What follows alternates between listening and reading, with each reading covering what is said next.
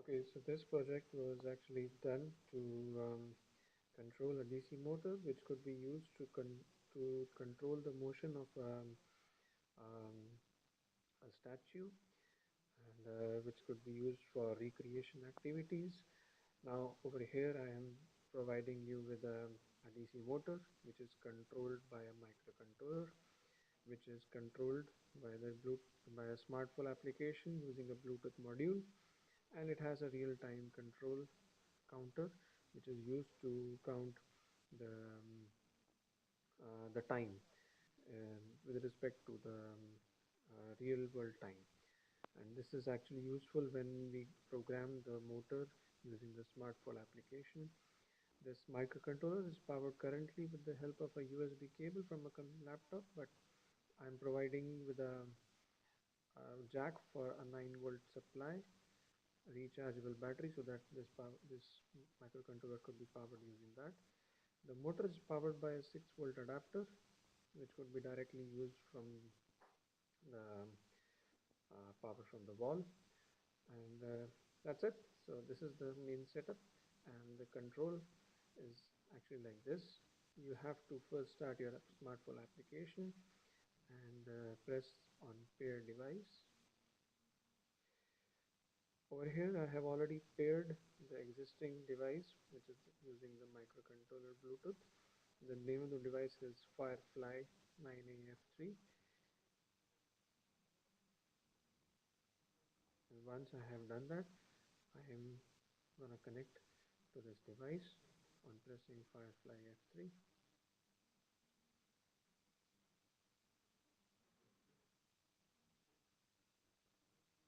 So that's it. The connection is established, and in order to test whether the connection is established, you can press clockwise to test whether the motion is possible. Yes, it's possible. You can stop, and similarly you can turn anti-clockwise. This way you can test whether the connection is established. Now I have provided you with pre-programmed options where you can use this application to run the motor at different options, and you don't need to enter any data. So with option 1, you can turn your motor in steps of 20 degrees for one complete rotation up to 360 degrees, and at each step the motor will have a delay of 1 second. So it starts from 0 until 360, and at each step it waits for 1 second, and each step is 20 degrees. So here it completes one rotation. In option 2, you again turn the motor for steps of 20 degrees with a delay of 3 seconds at each step, and the motor rotates from 0 to 360 degrees, and once it reaches the uh, final position, that is 360 degrees, it turns back to home position immediately. So you will see this right now once it reaches 360 degrees. So kindly wait.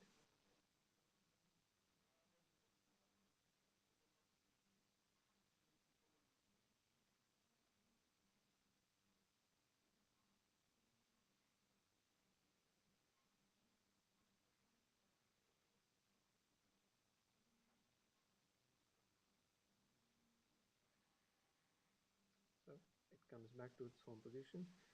By pressing 3, you're actually moving the motor 90 degrees clockwise and 20 degrees counterclockwise, and this way it turns to complete one rotation. And in between rotation of clockwise and anti-clockwise, there is a gap of a delay of 1 second. So it finishes one rotation.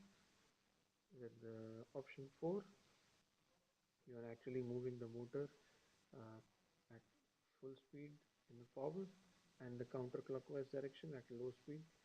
Sometimes it just what do I say? The motor driver uh, forgets to pull up the rotation, but it's momentary, and there is no such error, and it finishes one rotation. With option 5, when the 10 seconds of clockwise rotation is possible, and with a gap of 1 second, it turns back again for 10 seconds.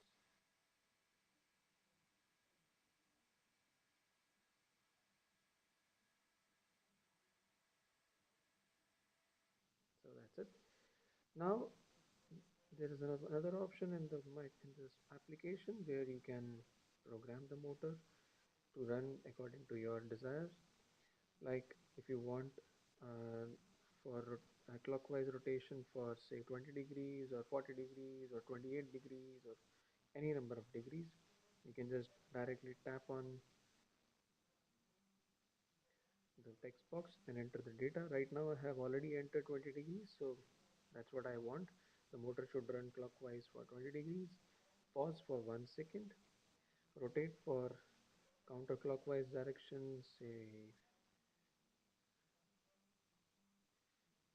40 degrees. And now this is important. The begin day and the stop day is the day when you desire the motor to start. Please note that the real time clock is independent, and when you say 0, it means that with respect to current present moment, the motor will begin now. That is today. When you press 0, if you want the motor to begin after 1 day, you press 1. After 2 days, you press 2. And if you want the stop day to be after 3 days, you press 3. And if you want to stop now, you have to press 0. Also, please note that do not enter the begin day and the stop day such that the stop day is lower than the begin day, then the motor will not respond. Just to have a test data, uh, it should begin say just now when the run command is given in hours and minutes, and it should stop in the same hour but after 1 minute. So it should rotate clockwise 20 degrees, pause for 1 second, counterclockwise 40 degrees, and it should begin now and stop in 1 minute. So this is the data, and you press run, and that's it.